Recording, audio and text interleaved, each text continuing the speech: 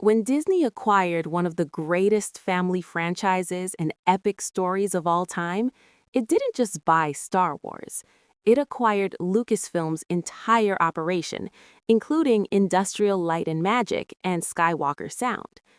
George Lucas is a true visionary, an epic storyteller who redefined modern filmmaking with unforgettable characters and groundbreaking stories. And this deal gave Disney what it called infinite inspiration to continue the Star Wars saga. Fans were promised a new film, Star Wars Episode 7, set for release worldwide in 2015. Now, let's fast forward. Greetings to over 1 million practitioners of common sense and the 40% who still haven't subscribed yet. Let's start with two questions. How long does it take for a movie to become a classic? And what actually makes a film a classic? For the first question, outside of rare exceptions, most people agree it takes 10 to 25 years.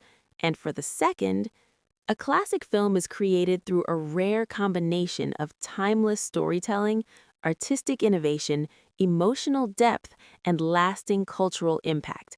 It connects with audiences across generations through unforgettable characters, meaningful themes, and cinematic achievements that influence filmmaking itself. And that is everything The Force Awakens is not. Yes, The Force Awakens is the fifth highest grossing film of all time, earning over $2 billion worldwide. That success had nothing to do with its quality and everything to do with hype. Hype on a level we hadn't seen since the original Star Wars. On October 30th, 2012, George Lucas sold Star Wars to Disney. At the time, almost everyone thought it was a great idea, except George Lucas himself.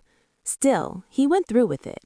His final major decision was appointing Kathleen Kennedy as president of Lucasfilm, another move that most people supported at the time. Disney brought back Lawrence Kasdan, writer of The Empire Strikes Back. They brought back John Williams, the greatest film composer of all time. And they hired J.J. Abrams to direct. What could possibly go wrong?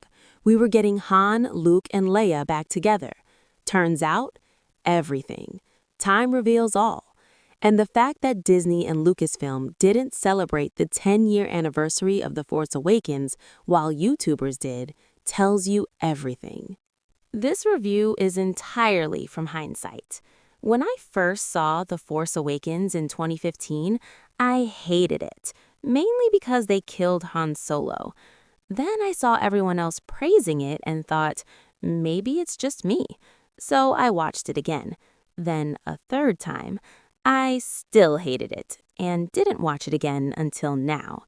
I immediately regret that decision. To be fair, the movie starts strong. We get the Lucasfilm logo, a long time ago in a galaxy far, far away, the iconic Star Wars theme, but the problems begin with the opening crawl. Luke Skywalker has vanished. Interesting. Then we're told that from the ashes of the Empire, a new threat has risen, the First Order, which is basically the Empire again. It's only been 30 years. What happened? Han, Luke, and Leia must have really messed things up.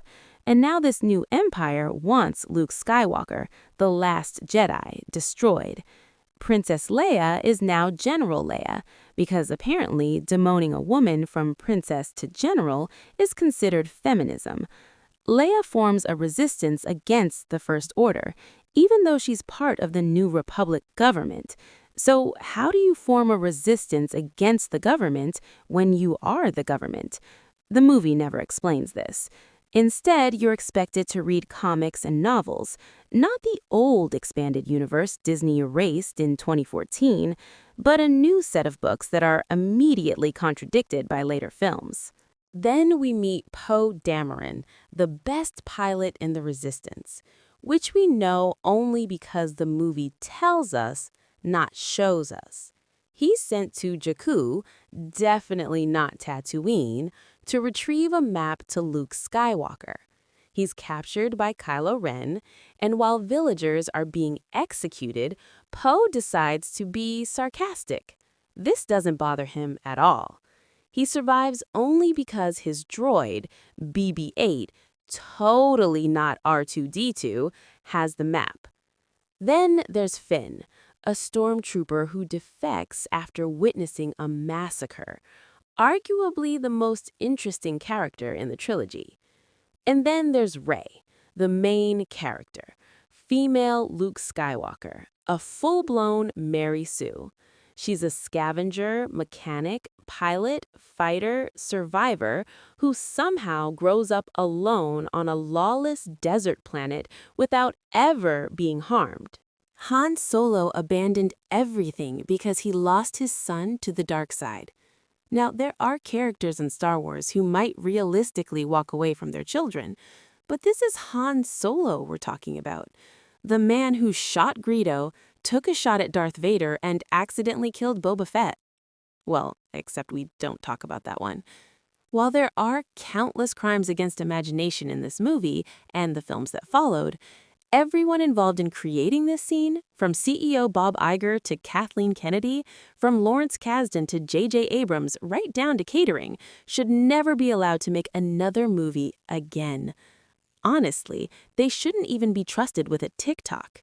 It's bad enough they came up with this ridiculous plan where Han Solo loses the Millennium Falcon just so he can conveniently get it back, all for one single trailer moment.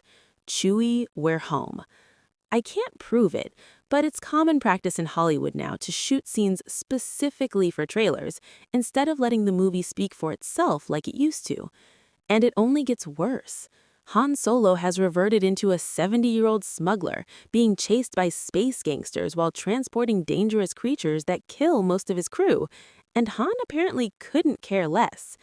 After Rey spends some time bossing people around and rescuing Finn, our so-called damsel in distress, it's time for her to explain to Han Solo how to pilot the Millennium Falcon. Yes, Rey lectures Han Solo on how his own ship works. She fixes the fuel pump, she bypasses the compressor, she saves the ship. Iconic moment, for all the wrong reasons. Now that our hero's journey has officially begun, it's time to check back in with Kylo Ren and Supreme Leader Snoke, a completely original character that Disney definitely won't retcon into something ridiculous later. And of course, it wouldn't be a J.J. Abrams film without taking something from the original trilogy and making it bigger, louder, and dumber. Enter Starkiller Base, the Death Star but more Death Star-ish.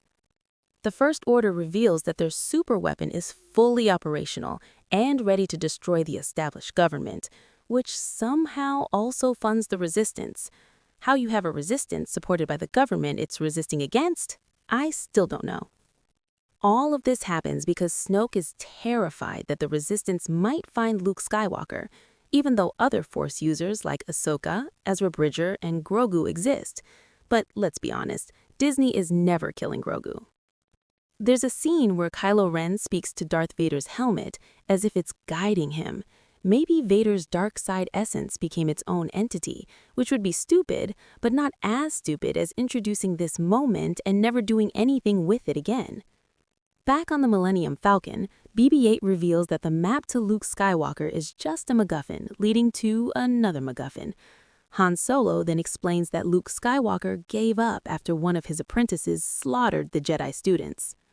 Now, it would be a real shame if that tragedy happened because Luke had a bad dream and tried to murder his nephew, but surely Disney wouldn't do something that dumb later, right? Oh wait. Next stop, the totally not Mos Eisley Cantina. And here, Han Solo delivers one of the most ridiculous lines in Star Wars history.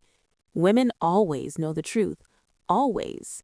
Yes, truly inspiring writing. By this point, the Mary Sue levels are off the charts. After knowing Rey for about 15 minutes, Han Solo offers her a job.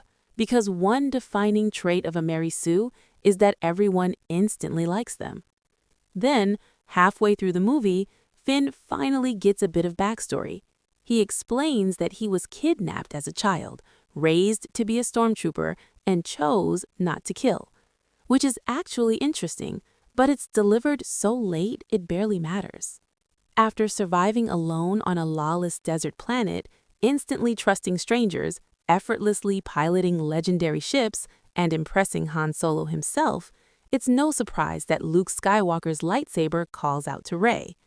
Not Luke's new lightsaber, but Anakin's old one, lost decades ago. How did Maz Kanata get it? Don't worry, it'll be explained later in books and comics that contradict each other. A good question for another time. This triggers a series of visions: the Jedi Temple burning, the Knights of Ren, her parents abandoning her, and a future battle with Kylo Ren. Mystery box. Maz tells Rey the lightsaber calls to her because she's strong with the Force, and then bluntly tells her her parents are never coming back. Rey briefly refuses the call to adventure, but don't worry, she'll still receive power, skill, and victories without earning any of it. Meanwhile, the First Order holds a massive fascist rally. Do we learn their ideology? Their motivation? Why they want to rule the galaxy? No. That would require thoughtful writing, and that, clearly, was never the plan. The New Republic, the same government that funded the resistance, falls simply because it allowed disorder to grow. With all the resources J.J. Abrams had, including Lawrence Kasdan as the screenwriter, it's hard not to notice how much better this idea was handled with the Empire instead of the First Order. Ironically, The Mandalorian explains this more effectively in a short monologue by Werner Herzog's character. The Empire improves every system it touches: safety, prosperity, trade, opportunity, peace. Look outside. Is the world more peaceful since the Revolution? I see nothing but chaos. But the Mandalorian didn't have Starkiller Base, a planet-sized weapon with an atmosphere that somehow moves, drains a sun's energy, fires beams across light years instantly, and doesn't destroy itself in the process. I'm sure all of that will be explained later, in comics, and novels, and guidebooks, that will inevitably contradict each other. A good question for another time. Originally, Abrams wanted Starkiller Base to destroy Coruscant, but marketing stepped in and moved the destruction to the Hosnian system, effectively wiping out the galaxy's central government that had existed in some form for over 25,000 years. The weapon fires from 40,000 light-years away and destroys 5 planets instantly, bigger than the Death Star, louder than the Death Star, and somehow completely empty. Despite impressive visuals and John Williams doing heavy lifting with the score, I felt absolutely nothing. Meanwhile, both the Resistance and the First Order converge on Maz Kanata's planet, whose name honestly doesn't matter. Everyone can somehow see the beams of Starkiller Base across space in real time. How? No idea. But we don't dwell on the destruction of billions of lives for long, because the movie immediately asks a more important question: where's Rey? Before that, Maz hands Luke Skywalker's old lightsaber to Finn. Even Han Solo finally asks the obvious question: where did you get that? Once again, a good question for another time. Now we've introduced a MacGuffin that leads to a MacGuffin that is part of a bigger MacGuffin. Kylo Ren captures Rey because she's seen the map, and in hindsight, I almost feel bad for the First Order. They sacrificed so much to find Luke Skywalker, only for him to turn out to be a massive disappointment. Rey is captured. Finn screams her name repeatedly. The Resistance arrives, and somehow Poe is alive again. We get a brief reunion between Han Solo and Leia, now General Leia. They spend about 3 minutes discussing their son turning to the dark side. That's it. C-3PO returns with a red arm. We're told to notice it. It means nothing. R2-D2 wakes up after years of inactivity, conveniently revealing that he had most of the map to Luke all along, meaning this entire journey was pointless.